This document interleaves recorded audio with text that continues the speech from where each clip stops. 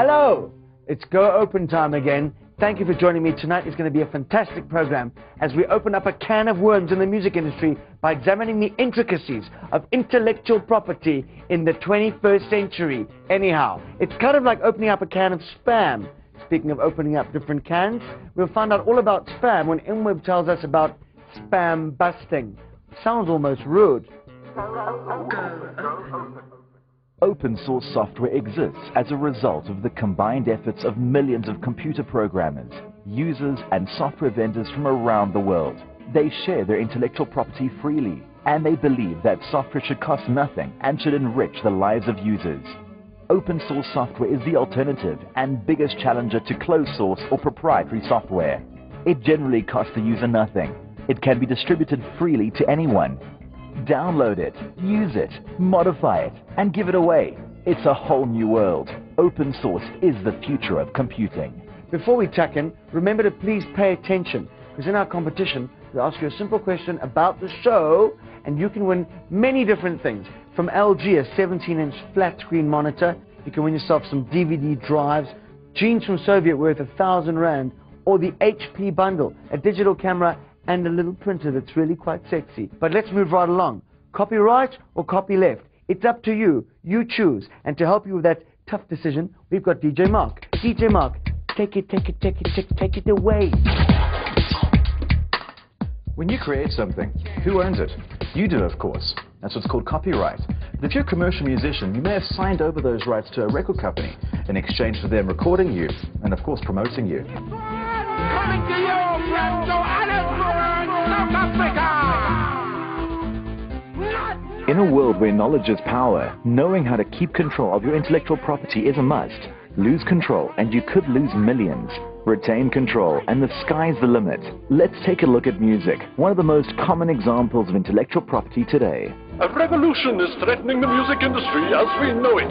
Maverick artists are refusing to sign to big labels.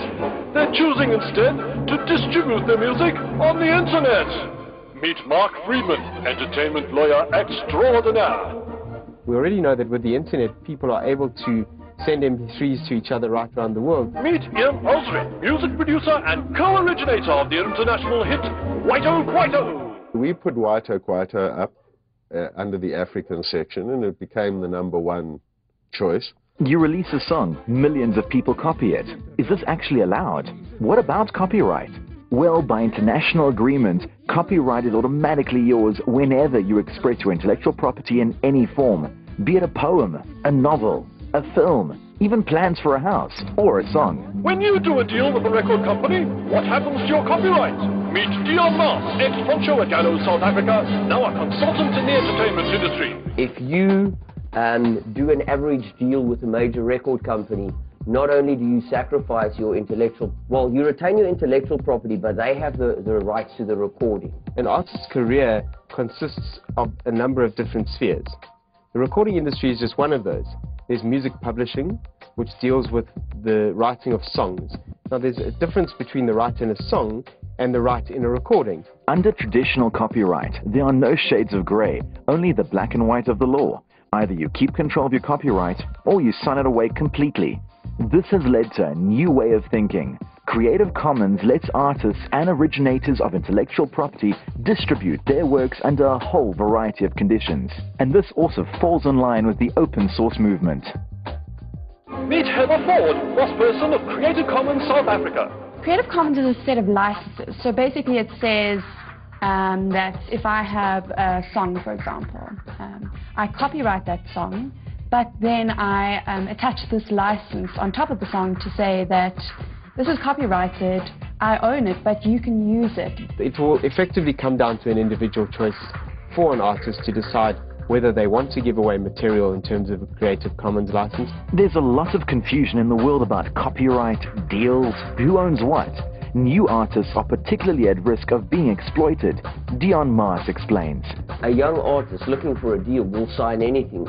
I consult to quite a few young artists, and I explain to them that if you sign this, that is what's going to happen. And they actually don't care. They just want a record deal. A young musician who is blinded by the stars of a record company offering him a chance to have a contract will say, we'll sign on the dotted line and you'll become a superstar with us. But at the same time, later on, he'll realize he also signed away his music. Let's be clear on something, and that is that there is no standard record deal. There's no standard deal at all. You can negotiate whatever you like. A lot of people actually want to get income straight away. So they want to get, if they record a song, they want to get the money straight away. Musicians have to understand that with the internet and with them being able to control their own careers, they can actually, the people who create the music, they can take it back. Creative Commons has about 4 million works licensed under its terms around the world. People are sharing music all over the place. It's legal. Opportunities are opening up willy-nilly across the board for artists who previously were not really empowered to release their own material. Now look, if you choose to give me your music for free, that's your right. So then why aren't the famous people doing it? Well, maybe they are. For more than a decade, Wired magazine has been defining the cutting edge of computer culture.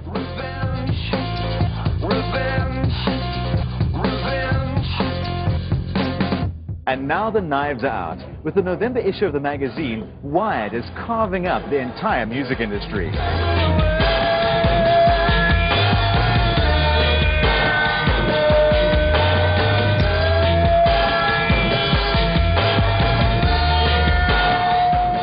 "16 major international artists have contributed their music to this free cover CD.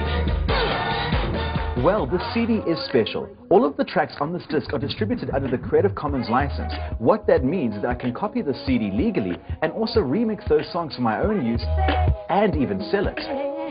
With cuts from artists such as Beastie Boys,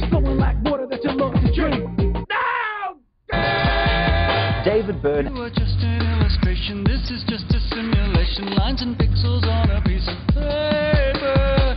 and Gilberto Gil. Wired have given us a gift that keeps on giving, forcing the record companies to rethink how they get a slice of the cake. Coming up next, we'll be hearing from the father of the Creative Commons, Larry Lessig. MWeb, not to be outdone, will be telling us how they've become spam super fighters using open source tools. Please do not forget our competition. There are so many gifts waiting to be won. Wonderful things given from us to you with love in a big shape that's quite clean and in a good way.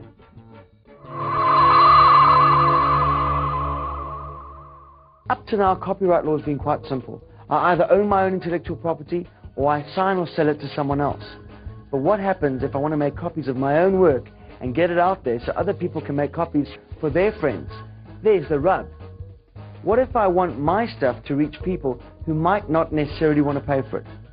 Well, Larry Lessig, a professor of law at Stanford Law School, big law school, was named one of Scientific American's top 50 visionaries, and he was named that for arguing against interpretations of copyright that could stifle innovation and discourse online.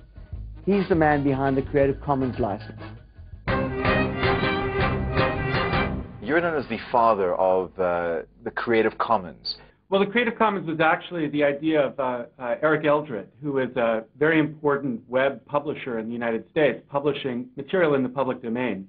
And what he was concerned about was that increasing copyright restrictions were making it harder for people to make material accessible, even material that has no commercial value at all. Our objective was, let's find a way to make the system function cheaper, more simply, but respecting the underlying copyright. The difference between the two is that the Creative Commons license marks the content with the freedoms that the author intends the content to carry. So if you're an author and you don't mind people remixing your work, building on your work to make new work, you can mark your content in that way so that other creators coming across your work know that they're allowed to remix it, to extend it, and to build upon it without needing to get your permission first. Did Richard